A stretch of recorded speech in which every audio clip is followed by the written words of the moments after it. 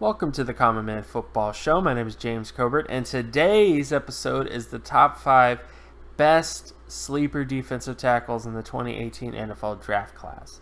And the way that we're going to get to the top 5 is exactly in the last video. We're going to look at production metrics, so specifically solo tackle, sack, and tackle for loss, market share production.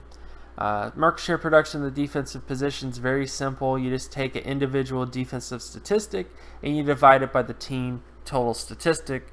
So if a defensive tackle has 5 sacks and the team had 50 sacks, and that defensive tackle had 10% market share in terms of sack market share. But you take that 10% market share score and you compare it to every single defensive tackle since the 1989 NFL Draft Class, and boom, you have a good general idea of what the thresholds are for production. Because when it comes to defensive tackle position, like every position realistically, production is paramount. Production is very important. Production is what separates the great players from the good players and the guys that even become starters at times. It separates them as well. So it's very important for defensive tackles to at least be above average productive, and that's what we're going to be looking at today. On top of age, age speaks to potential to be a prodigy, potential to be a very, very, above average player. Usually defensive tackles that are very productive at a young age become the high quality defensive tackles that we think about throughout the years. So it's just a good idea in terms of judging who's a prodigy, who's a Mozart, if you will. And then the last metric is, of course, the speed score. That's taken from NFLDraftScout.com. It looks at the 40-yard dash and compares it for their size. That, of course, is normalized against every single defensive tackle who has a speed score on hand, which is since the 1999 NFL Draft Class. And that is looked at as well. So we look at the production, we look at the age, and of course we look at the speed score, and all three of those things form the bulk of the top 5 guys in this list. These are guys that have impressive production, or they have impressive age, or they even have impressive speed scores, and it's just a matter of them becoming much more productive to bump them up on this list. So now let's get to the list. At number 5 we have Cortez Broughton, defensive tackle out of Cincinnati. When it comes to height and weight, he's 6'2", 297 pounds with a 5.06 40-yard dash, according to NFLDraftScout.com. Based on his production, he scored 66.74 in terms of solo tackle market share, 68.23 when it comes to sack market share, and 40.70 when it comes to tackle for loss market share. All those marks are fairly decent, with the exception of the solo tackle and the tackle for loss market share. He needs to bump the tackle for loss up. He needs to bump solo tackle up. And he might this year. I mean, that's the big thing. And this is why he's a sleeper on this list, is that he could become a much more productive player. And another impressive thing is his speed score. He had a 60.30 overall speed score, which at least hits the Pro Bowl level when it comes to that speed score. So there's lots of positives here. Has a decent size profile. Just has to bump that production up, and if he does, he could be a guy that we're talking a heck of a lot more about after the 2018 season. At number 4 we have Kayvon Walker, defensive tackle out of Maryland. When it comes to height and weight, he's 6'2", 280 pounds with a 4.89 40-yard dash. Based on his production, he only scored 23.91 in terms of solo tackle market share, 50.16 when it comes to sack market share, and 66.31 when it comes to tackle for loss market share. All that production is decent with the exception of the solo tackle market share. He hit every single mark that you want realistically when it comes to sack and TFL, but that solo tackle stuff needs to rise. But the reason why he's number 4 in this list is because of his speed score. He has a 74.75 overall speed score, which is really, really impressive. Coupled with his other things in terms of his sack market share and tackle for loss market share, he's a guy that could rise a bit in this draft class if he really, really turns it on this year, if you will. So I'll be very excited to see how Kayvon Walker develops this year, what he becomes. But the bottom line is he has the general profile of a guy who could become a very, very good defensive tackle at the NFL level, and that is why he's number 4 in this list. At number 3, we have RoShaun Green, defensive tackle out of USC.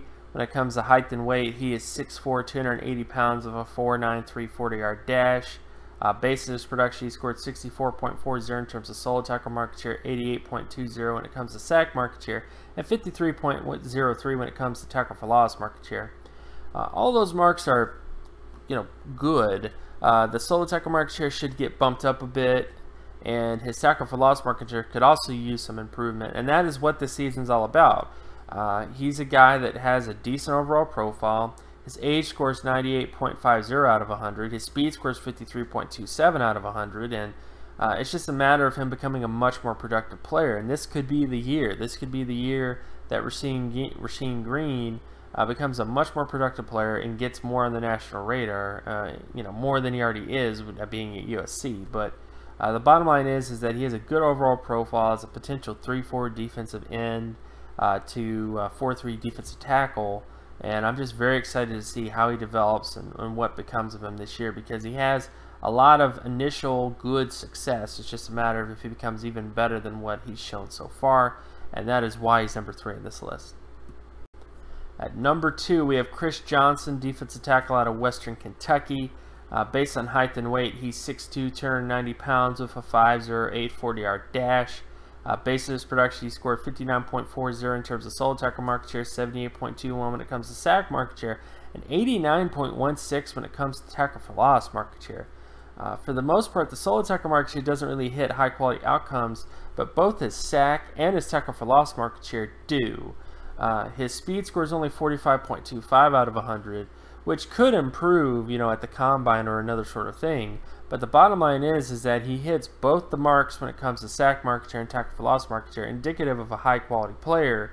It's just that he has to get that solo tackle market share to hit that area too.